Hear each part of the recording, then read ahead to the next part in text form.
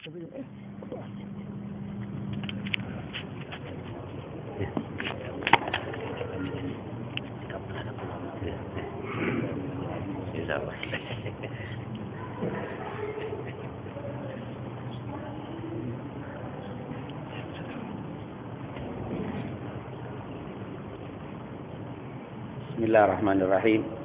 Assalamualaikum warahmatullahi wabarakatuh. Alhamdulillah, nahmaduhu wa nasta'inuhu wa nastaghfiruh wa na'udzu billahi min shururi anfusina wa min sayyiati a'malina. May yahdihillahu fala mudilla lahu wa may yudlilhu fala hadiyalah. Wa asyhadu an la ilaha illallah wahdahu la syarikalah wa asyhadu anna Muhammadan abduhu wa rasuluh. Rabbi shrah li sadri wa yassir li amri wahlul 'uqdatam bil lisan yafqahu qawli. Subhanaka la ilma lana illa ma 'allamtana innaka antal alimul hakim. Amma ba'd. Segala puja dan puji kehadirat Allah, salawat serta salam kepada junjungan kita Nabi Muhammad sallallahu alaihi wasallam, para keluarga, sahabat, tabi'in serta seluruh umat yang selalu beristiqomah mengikuti sunnah-sunnahnya hingga yaumul qiyamah. Alhamdulillah, setelah kita mendirikan sholat maghrib secara berjamaah, semoga apa yang telah kita lakukan diterima semuanya oleh Allah Subhanahu wa Ta'ala, dan semoga kekurangannya dimaafkan dan disempurnakan oleh Allah Subhanahu wa Ta'ala. Amin ya rabbal alamin. Hadirin dan hadirat yang dimuliakan oleh Allah Subhanahu wa Ta'ala, di dalam pembahasan kita pada kesempatan kali ini kita akan membahas satu hadis yang telah kita sepakati atau yang telah kita niatkan untuk kita nyatakan, membahas hadis Arba'in Nawawiyah, yaitu hadis yang terdapat dalam kitab Arba'in An-Nawawiyah. Tetapi untuk membahas Arba'in Nawawiyah ini saya tidak mengambil urutan sesuai yang ditulis oleh al-muallif atau pengarang. Kita membahas sesuai dengan hal-hal yang sedang aktual saat ini. Nah, ini kebetulan di dalam kitab Arba'in An-Nawawiyah ada sebuah hadis yang diriwayatkan oleh Abu Hurairah radhiyallahu an. Hadis ini diriwayatkan Bukhari dan Muslim. Artinya seluruh ulama sepakat mengatakan bahwa hadis ini merupakan hadis sahih. Hadis yang termasuk di antara hadis-hadis qudsi. Hadis qudsi ini tentunya hadis yang berbeda dengan hadis biasa. Ciri-ciri hadis qudsi di antaranya perawinya dari Abu Hurairah, Rasulullah sallallahu alaihi wasallam bersabda, Allah berfirman. Nah, ini namanya hadis qudsi. Tetapi ini bukan Quran. Ini adalah bagian daripada hadis yang ada seperti yang dijelaskan oleh para ulama. Apa kata Abu Hurairah? Rasulullah SAW bersabda, Allah berfirman. Di dalam firman-Nya Allah Subhanahu wa taala mengatakan, "Man 'adali waliyan faqad adzantuhu bil harbi. Wa ma taqarraba ilayya 'abdi bi syai'in ahabba ilayya mimma aftaradtu alaih. Wa la yazalu 'abdi yataqarrabu ilayya bin nawafili hatta uhibbah. Wa idza ahbabtuhu kuntu sam'ahu alladhi yasma'u bih, wa basaruhu alladhi yubsiru biha, wa yadahu alladhi yabtishu biha, wa rijluhu alladhi yamshi biha. Wa idza sta'azani a'atahu, wa idza sa'altani a'taituhu." Ini hadis rawahu al-Imam Bukhari wa Muslim atau kama qala sallallahu alaihi wasallam. Hadis yang cukup panjang, tapi ada beberapa hal yang luar biasa yang disampaikan oleh Nabi Muhammad yang dapat kita ambil pelajaran dari hadis ini. Apa kata Rasul sallallahu alaihi wasallam? "Man 'adali", siapa yang memusuhi untukku wali, yaitu man 'adali waliyan, siapa yang memusuhi wali-waliku, faqad adzantuhu bil harb, maka dia telah mengizinkan untuk berperang dengan aku. Ini hadis langsung Allah Subhanahu wa taala yang mengatakannya. Man 'adali waliyan faqad adzantuhu bil harb. Siapa yang memusuhi wali-waliku atau waliku, faqad adzantuhu bil harb, maka dia telah mengizinkan untuk berperang dengan aku. Wa ma taqarraba ilayya 'abdi bi syai'in ahabba ilayya mimma aftaradtu alaih. Tidak ada orang yang ingin berusaha mendekatkan diri kepadaku melebihi sesuatu yang aku cintai daripada melakukan hal-hal yang aku wajibkan kepadanya. Wala yazalu 'abdi yataqarrabu ilayya bin nawafil hatta uhibbah. Tidak ada seseorang yang berusaha mendekatkan diri dengan melakukan ibadah-ibadah sunnah sampai aku mencintainya. Kalau aku sudah mencintainya, maka aku akan menjadi pendengarannya, aku yang akan menjadi penglihatannya, aku yang akan jadi tangannya apabila memegang, aku yang akan menjadi kakinya bila berjalan. Apabila dia meminta kepada aku, akan aku berikan, dan bila minta pertolongan, aku akan berikan pertolongan.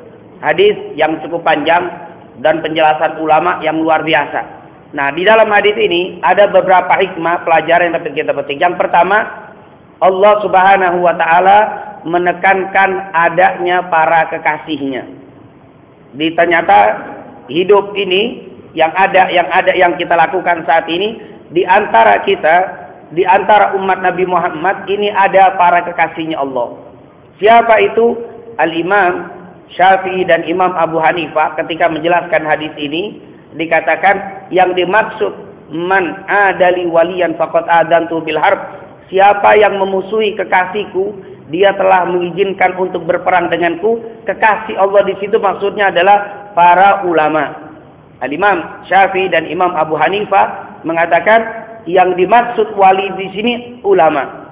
Dikatakan ini ulama, dan ini kata mereka berdua dinukilkan oleh Al-Imam Nawawi rahimahumullah, tidak ada lagi pendapat yang lain kecuali yang dimaksud wali di sini adalah ulama. Berarti menurut penafsiran ulama dulu, siapa yang memusuhi para ulama berarti dia telah mengibarkan bendera untuk berperang dengan Allah Subhanahu wa taala. Ini hadis qudsi. Tidak ada yang mengatakan hadis ini lemah. Bukhari, Muslim, sepakat seluruh ulama. Dan ini Allah nyatakan. Dan memang ternyata para ulama menjelaskan Allah tidak pernah menyatakan perang kecuali kepada dua. Yang pertama hadis ini, memusuhi para walinya Allah atau para ulama berarti dia siap berperang dengan Allah. Ini yang pertama. Yang kedua, di dalam suratul Baqarah di ayat kalau tidak salah 275 sampai 278 berbicara tentang riba. Di antaranya, ya ayyuhalladzina amanu taqullaha wa dharu ma baqiya minar riba in kuntum mu'minin. Fa illam taf'alu fa'dzanu biharbin minallahi wa rasulih. Hei orang-orang yang beriman, bertakwalah kalian kepada Allah dan tinggalkanlah perbuatan-perbuatan yang mengandung riba jika kalian beriman kepada Allah. Wa illam taf'alu, tapi kalau kalian tidak meninggalkan itu, fa'danu biharbin minallahi wa rasulih. Berarti kalian sudah mengizinkan untuk berperang dengan Allah dan Rasulnya. Jadi tidak pernah Allah menyatakan perang kecuali dua. Dengan siapa? Dengan hamba-hambanya. Kecuali dua. Siapa? Yang pertama bermain riba, rentenir, orang-orang yang bermain riba di dalam hidupnya. Yang kedua ini memusuhi para ulama, para kekasihnya Allah Subhanahu wa taala.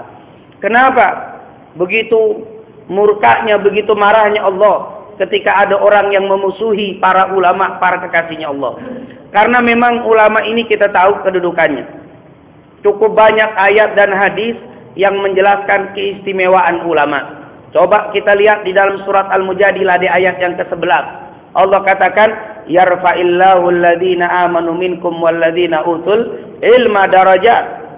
Lihat, Allah mengangkat derajat orang-orang yang beriman.